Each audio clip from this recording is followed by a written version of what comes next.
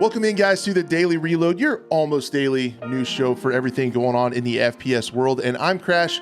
You're busy. Let's go ahead and get right into it. The big news today is Road to Vostok is actually coming out with something that wasn't expected, an update to their demo version. We're going to get into everything that is new. Also, later on in the video, I think we should just hop into it and explore around and show you guys what's new and what this game looks like. Road to Vostok is a hardcore single-player survival game set in a post-apocalyptic border zone between Finland and Russia. You have to survive, loot, plan, and prepare your way across the border zone and enter Vostok. Auntie has gone on, the developer, who is solo, by the way, has gone on to talk about everything going on where how you start out in kind of a safe zone where you have safe houses. You can go ahead and keep your loot. There's border zones, which are going to have interesting new mechanics that you have to use to try to cross from different other games like platformers and things like that to solve puzzles to go ahead and get into the dangerous zone of Vostok where you can find higher tier loot, but there's also a lot more hazards and dangerous things. And this game is shaping up to look really awesome. If you guys want to keep up on it,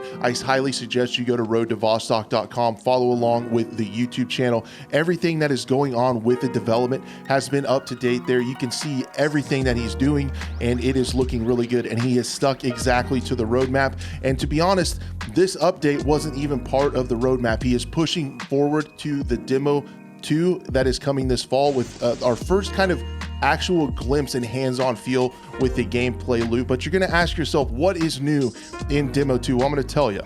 The first thing is changed is the shooting experience. There are modular weapons, new FPS arms, dynamic handling, a new attachment system, updated weapon UI, new weapon audio, and a recoil overhaul. And then with the looting experience, there's a multi-tiled approach with a dynamic grid scaling, item hotkeys, hover tooltips, new item icons, character preview, and less bugs, hopefully. And some of the more visual things you're going to notice in the version 2 of the demo are winter options, a village expansion, water system, ladders, ambient zones, an NVG filter, variable optics, nature shaders, and a lot more demo options, including being able to switch to the left-handed shoulder with the gun. And for someone who's left-handed in real life, this is huge. I'm tired of being discriminated against in FPS games. I can finally put the weapon on my left shoulder. So guys, I think the next thing we should do is just go ahead and hop into this thing and see what it's all about and take a look at some of the new things. One of the new things that's going on is with the equipment. You guys can pick stuff up with the middle mouse button. And then when you tab in, one of the new things that you can see right here is the player. You see kind of an idea mock-up of what he looks like, and you can put items on him. So now that's what you look like when you're running around. And this is what I'm most excited about. On top of the visual changes, which we're going to talk about in just a little bit, the weapons are really, really cool. So we can go ahead. Let's stand by with what we're knowing about the HK416. Let's go ahead and pick that thing up. And then these attachments look really cool. There's supposed to be all new weapon sounds too. So we'll pick up some of these suppressors and check those out, and a couple of the scopes and things like that. So the way you do that is first we have to go in and we have to equip it. And it took me a minute to figure this out, so this might help you get started just a little bit. You have to go ahead and hit X, I believe, after you equip the weapon. Hit X and it pulls up this really cool UI for the gun. And then since you have those in your inventory, I can go ahead and hit 1, I can put on the muzzle, and I can go ahead and hit 4 and I can put on the optic.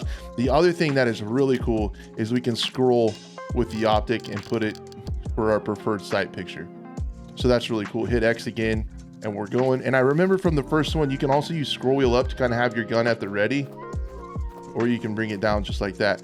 Oh, I want to see if I can switch my gun to the left-handed side. I'll click that over to the left side. Holy cow. That is so trippy, you guys. That is so crazy. I'm a left-handed shooter in real life, but like having this in a game is something like I don't think I've really ever experienced. I know you could do it in CSGO, but I never really have. So my whole life, I've played FPS games on the right side. That's crazy. So once you get everything set up, you can go ahead and hop into the village, and this is where you can really play around with how the game is going to look. And you can see I have everything cranked up on extreme, and I'm also using display capture, which is not efficient to capture this game, and I'm at 160 frames with everything like cranked up. So this is actually like super cool. So let's go ahead and get to a place with really cool light and see what we see when we can change a lot of the things within the game. You can also add AI people to fight against. You can also add bad guys. But let's get over here with the lighting. I wanted to hear this gun too. The sight picture looks really cool. And that recoil does feel a lot better. It sounds pretty cool. yeah, so you can change winter. So this was something that's been added with the winter feel to it. You hear the snow crunching and moving around in the snow. That looks super cool. And then you can go ahead and turn the time of day to dusk, to nighttime, and then NVGs are in. So how cool do these things look? You can change your reticle brightness as well. I did see that in there. And then if you want to roll with a flashlight, you can do that too. Really eerie feeling at night for sure. Then you have dawn, morning, daytime where we were, and then you can change the weather type to snow. And you can go to a full out blizzard. A lot more audio going on and a lot less length of distance that you can see.